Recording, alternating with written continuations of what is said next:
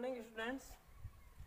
Today I am going to continue the exercise 5.2. आज हम second type का जो क्वेश्चन पढ़ा था पिछले ऑनलाइन क्लास में, उसी का एक और फॉर्म है, उसके बारे में स्टडी करेंगे। तो क्वेश्चन इस प्रकार से पूछा जाता है, is -150 any term of AP. It means आपको एक एपी गिवन होगी, उस एपी का टर्म होगा क्या, यानी 11, 8, 5, 2 ये एपी आगे बढ़ती जा रही है, इस एपी में क्या -150 भी आएगा क्या, तो ये चेक करना है। इसको किस प्रकार से चेक किया जाता है, थोड़ी देर के लिए मान लो, let's assume that -50 is any term of the given AP, कि इस एपी का कोई टर्म है -150, तो वो कोई सा तो होगा टर्म, 50वां है, 60वां होगा, 70वां होगा, 100वां होगा, 1000वां होगा। तो आइए उसको अपन फाइंड करते हैं, इसको लास्ट टर्म मान करके नंबर ऑफ टर्म फाइंड करते हैं कि कौन से नंबर पर आ रहा है। तो स्टार्ट करते हैं। तो first of all write the given AP 11, 8, 5, 2 and what is the first term 11। What is common difference, to find common difference we subtract preceding term from succeeding term. Succeeding term में से preceding term subtract करने पर common difference आता है, न कि preceding term में से सक्सीडिंग टर्म घटाने पर। तो ये सक्सीडिंग टर्म है, यानी सक्सीडिंग का मतलब आगे आने वाले टर्म और प्रीसीडिंग का मतलब पहले वाले। तो 8 - 11 is equal to -3 and -150 is our last term. हमने -150 को लास्ट टर्म माना है, तो an is equal to -150। Number of terms find करना है कि ये कौन से नंबर पर आएगा। Apply the formula of nth term. This is our formula of nth term. Put the values. -150 is equal to 11 plus n -1 or d -3 -150 transfer of 11 in LHS side. Then what will remain in RHS side? n -1 -3 will remain in RHS side. Then the sign of these two numbers are same, then there will be addition -161. Now do transfer of -3 is here in multiply, then it will divide -61 and the remaining part is n -1 in RHS part. Now minus is cancelled by minus and 161 upon 3, send -1 in LHS part, then it will be positive, and in RHS part only n will left. Now solve this part. N is equal to, take LCM 3, 161 plus 3, n is equal to 164 upon 3, then divide it 5, 2,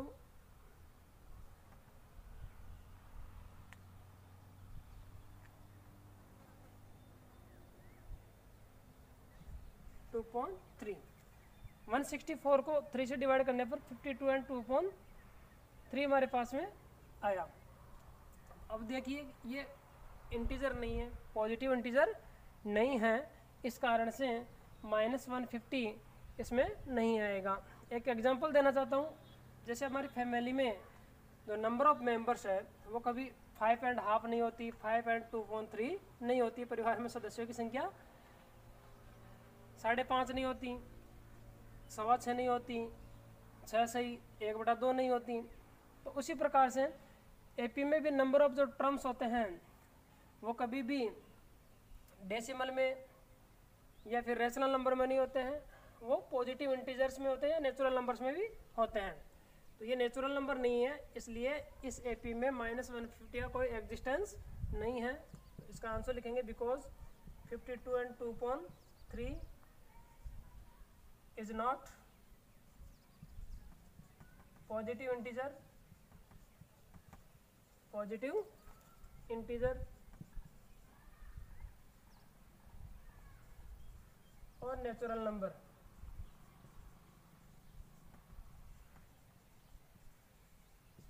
so -150 is not any term of the given AP.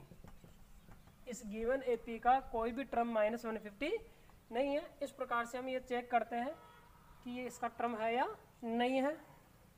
Now we will discuss about next type questions.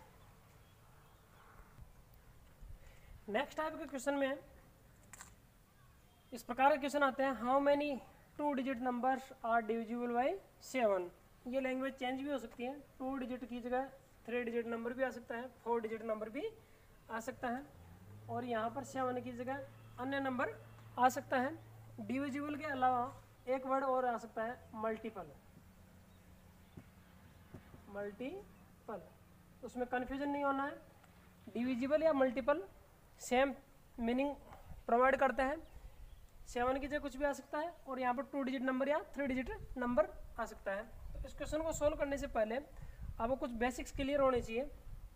आप counting number में देखिए कि 1 digit number कौन से होते हैं, 0 to 9, ये 1 digit number होते हैं। 0 से 9 तक 1 डिजिट नंबर या सिंगल डिजिट नंबर, 1 डिजिट के नंबर होते हैं ये।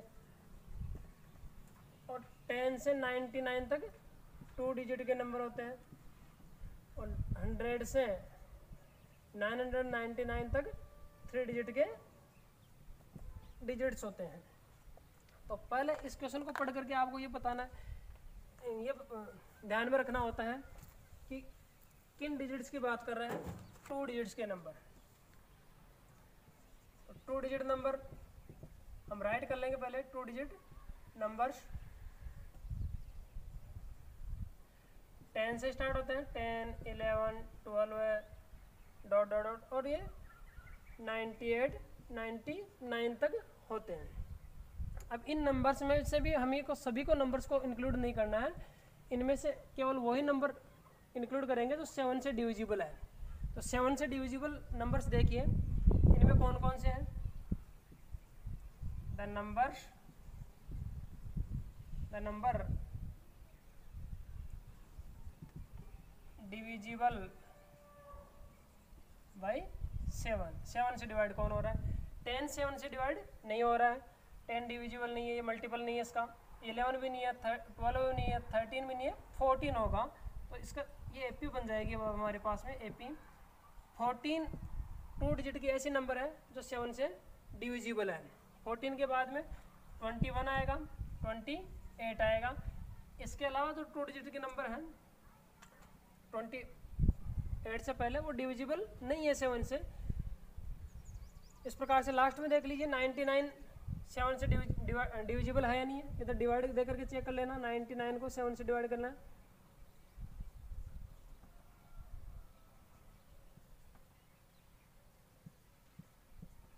ये 99 7 से डिविजिबल नहीं है कम्प्लीटली, क्योंकि 1 रिमाइंडर शेष बच रहा है। तो 99 ने राइट करेंगे यहाँ पर, तो एक रिमाइंडर बच रहा है, तो इसमें से एक कम ले लीजिए। अगर यहाँ 2 रिमाइंडर बचे तो इसमें से 2 कम कर देना, यानी 97 आ जाएगा। 3 रिमाइंडर बचे तो 3 माइनस करने पर हमारे पास 96 आ जाएगा। फिलहाल हमारे पास 1 रिमाइंडर बच रहा है, तो 1 माइनस कर देंगे तो यहाँ पर आ जाएगा 98। It means 98 is divisible by 7। तो ये हमारे पास एपी बन गई है। अब इस एपी के आधार पर हम क्वेश्चन को सोल्व कर लेंगे। सबसे पहला काम होता है इसमें एपी। अब तक के क्वेश्चनों में एपी गिवन होती थी, इसमें एपी अपने को खुद को बनानी होती है। अब फाइंड क्या करना है इसमें, how many digits, how many 2 digit numbers, how many numbers.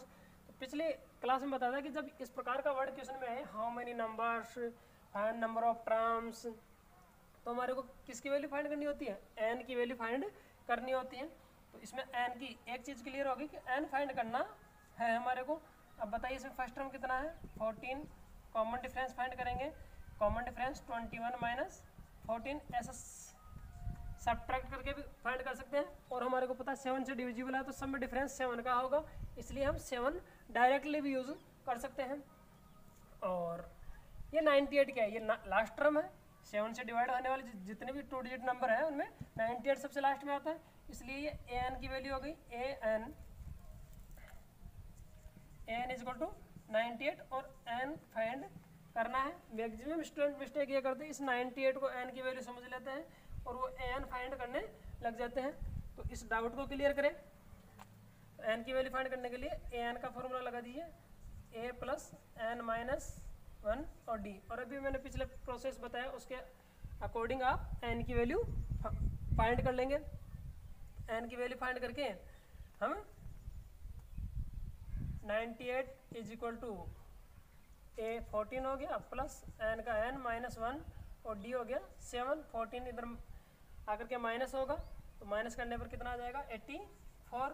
84 के डिवाइड में कौन जाएगा 7 जाएगा और इधर n माइनस 1 बच जाएगा। 84 को 7 से डिवाइड करने पर 12 आएगा और 1 को इधर भेज दीजिए तो 1 is equal to n, so n is equal to 13। तो n की वैल्यू 13 आ गई, आंसर यही नहीं निकला है, इसको हम लैंग्वेज में लिखेंगे। So 13 numbers 2 digit numbers 13 2 digit numbers are divisible by 7। ये हमारा आंसर होगा कि 13 संख्या ऐसी है जो कि 7 से डिविजिबल है और 2 डिजिट की है। तो इस प्रकार से आपको ये क्वेश्चन करना है। यहाँ पर 3 डिजिट आ जाए तो आप 100 से स्टार्ट होगी और 999 तक जाएगी, तो वो संख्या लेकर के उनमें से वो संख्या चूज कर लेना जिसके बारे में इधर पूछा जा रहा है। मान लीजिए यहाँ पर 4 से डिविजिबल पूछ रहा है तो 4 से डिविजिबल उनमें से सिलेक्ट करके एपी बनानी है और एपी बनाने के बाद में एन की वैल्यू फाइंड करनी है। इसके अलावा ये क्वेश्चन इस प्रकार से भी आ सकता है, how many numbers are divisible by 7 between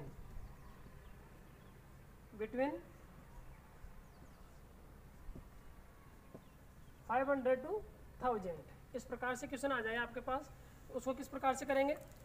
तो सेम मेथड है, केवल आपको ध्यान देना है कि 500 से 1000 के बिटवीन में हमारे को संख्या फाइंड करनी है।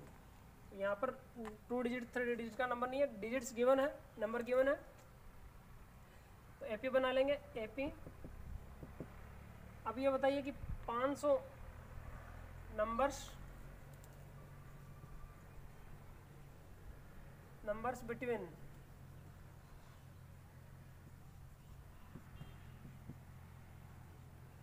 500 और 1000 के बीच में, 500 और 1000 के बिटवीन में कौन कौन से नंबर आते हैं बताइए। देखिए 500 खुद नहीं आएगा, इन दोनों ये इनके नहीं आएगा, इनके बीच की संख्या आएगी 501, 502, 503 एंड 9099। ये वाली संख्या आती है इन दोनों के बिटवीन में। अब इनमें से 7 से डिवाइड कौन हो रही है?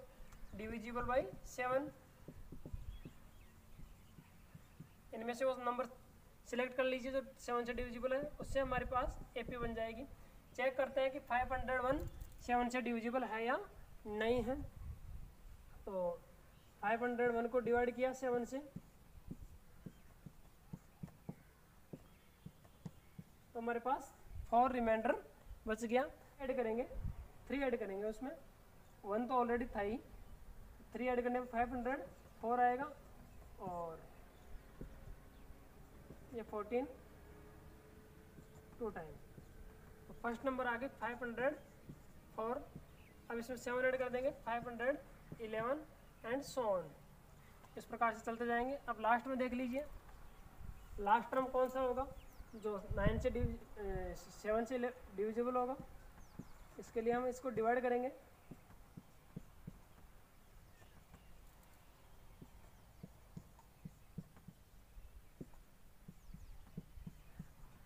फाइव रिमाइंडर बच गया तो 5 इसमें से सब्ट्रैक्ट कर दीजिए। 5 सब्ट्रैक्ट करने पर 994 आएगा। इस प्रकार से हमारी एपी बन गई है। इस एपी के आधार पर हम नंबर ऑफ टर्म्स फाइंड कर लेंगे, एन की वैल्यू फाइंड कर लेंगे। अब आगे एक ही चीज़ और देखने लायक है इसमें कि अगर यहाँ पर आ जाए फ्रॉम, बिटवीन की जगह एक वर्ड आ जाए फ्रॉम 500 to 1000, तो उस कंडीशन में आपको 5000 को भी इंक्लूड करना है और लास्ट होगा 1000। ठीक है, बिटवीन आने पर इन दोनों को इंक्लूड नहीं करना है, इनके बीच की संख्या लेनी है, जबकि फ्रॉम और टू आ जाए तो इनको भी इंक्लूड करना है और उसके बाद में आगे क्वेश्चन को बढ़ाना है। तो हमारे पास नेक्स्ट टाइप का क्वेश्चन आता है जिसमें हमारे क्वेश्चन में 2 कंडीशंस गिवन होगी। If third term of an AP is 12, first condition में हमारे को थर्ड टर्म दे रखा है किसी एपी का और 50th टर्म दे रखा है उसी एपी का, सेम एपी का। इस प्रकार से 2 कंडीशन दी हुई जाती है और हमारे पास 29th टर्म फाइंड करवा रहा है। तो इन क्वेश्चनों में क्या करते हैं, सबसे पहले जो गिवन कंडीशंस होती है दोनों, उनके अकॉर्डिंग इक्वेशन बनाते हैं। सॉल्यूशन क्या गिवन है, थर्ड टर्म का सिंबॉलिक नोटेशन होता है A3, यानी ये गिवन है हमारे को 12 है, तो गिवन को इधर लिख दीजिए। अब थर्ड टर्म गिवन है तो उस कंडीशन फॉर्मूला LHS साइड में अप्लाई होगा। तो थर्ड टर्म का फॉर्मूला होता है A + 2D = 12। इसको इक्वेशन नंबर फर्स्ट दे करके छोड़ दीजिए, क्योंकि न तो हमारे पास A की वैल्यू पता न D की वैल्यू पता, तो इसको आगे सोल्व करके हम न तो A की वैल्यू फाइंड कर सकते हैं न D की वैल्यू फाइंड कर सकते हैं। इसके लिए हमारे को अनदर इक्वेशन की आवश्यकता है। आगे सेकंड कंडीशन में अकॉर्डिंग टू सेकंड कंडीशन हमारे को 50th टर्म दे रखा है। 50th टर्म का सिंबॉलिक नोटेशन होता है A50 = 106। अब what is the formula of A50? A + 49D = 106। ये इक्वेशन नंबर सेकंड होगी। अब इक्वेशन फर्स्ट और सेकंड, पिछली क्लास में हमने लीनियर इक्वेशन इन 2 वेरिएबल्स के बारे में स्टडी किया था। वहाँ पर x और y वेरिएबल हुआ करते थे, यहाँ a और d हो गया, तो 2 इक्वेशन बन गई। उन दोनों इक्वेशंस को सोल्व करने के हमने 4 मेथड पढ़े थे। Elimination method, equating the coefficient methods, substitution method, graphical method और क्रॉस मल्टीप्लिकेशन मेथड। इन चारों मेथड्स और अगला वाला था ग्राफिकल मेथड। तो ग्राफिकल मेथड तो हमारे लिए लंबा होगा, इसलिए हम इक्वेटिंग द कोएफिशिएंट वाला मेथड से इन दोनों को सोल्व करेंगे। From equation first and second, put the both equations. The second equation will be written just under the first equation. Now, because the sign of A and A are same, then we will change, and to change the sign, we have to subtract equation second from equation first. Minus minus minus ये cancel, इसको solve करने पर हमारे पास +2D - 47D, ये -49D, तो 47D आ जाएगा। और यहाँ पर 106 में से 12 सब्ट्रैक्ट करेंगे तो हमारे पास 94 आएगा। अब इसको सोल्व करने पर D = -94/-47, तो D = आ गया 2। ये D की वैल्यू हमारे पास आ गई 2। अब D की वैल्यू को हम इन दोनों इक्वेशंस में सब्स्टिट्यूट कर देंगे। पुटिंग, या तो वर्ड पुटिंग यूज कर लीजिए या सब्स्टिट्यूटिंग यूज कर लीजिए। Putting D = 2 in equation first, A + 2D = 12। ये हमारी इक्वेशन नंबर फर्स्ट थी, इसमें D की वैल्यू 2 रखनी है। A + 2 × 2 = 12, A + 4 = 12, A = 12 - 4, A = 8 आ जाएगा। ये A और D की वैल्यू आ गई। A और D की वैल्यू फाइंड होने के बाद में हम जो फाइंड करवा रहा है वो फाइंड कर सकते हैं। ये हमारे पास फाइंड करवा रहा है 29th टर्म। सो यानी A29 फाइंड करना है। अब फाइंड करवा रहा तो फॉर्मूला RHS साइड में लगेगा। तो 29th टर्म का फॉर्मूला होता है A + 28D, A की वैल्यू 8 + 28 × 2। मैं फिर आपको रिपीट कर रहा हूँ, अवेयर कर रहा हूँ, इन दोनों को ऐड नहीं करना है, पहले मल्टीप्लाई होगा इन दोनों का। तब तक 8 रेस्ट करेगा। 28 को 2 से मल्टीप्लाई कर दीजिए, 56 आएगा और ये 64 हमारा आंसर आ गया। सो 829 इज इक्वल टू 64, ये हमारा 29th टर्म हो गया। दो कंडीशन गिवन होती है, दोनों कंडीशन के अकॉर्डिंग दो इक्वेशन बनानी होगी आपको। उन दोनों इक्वेशंस को सोल्व करके ए और डी की वैल्यू फाइंड करनी पड़ेगी। और ए और डी की फाइंड करने के बाद में आपको क्या पूछ रहा है वो फाइंड करना पड़ेगा। आपको उसका फॉर्मूला अप्लाई करना है और उसमें वैल्यू पुट कर देनी है। अब हम लास्ट टाइप का जो क्वेश्चन है एक्सरसाइज 5.2 में, उसके बारे में स्टडी करेंगे। फिर आपके एक्सरसाइज 5.2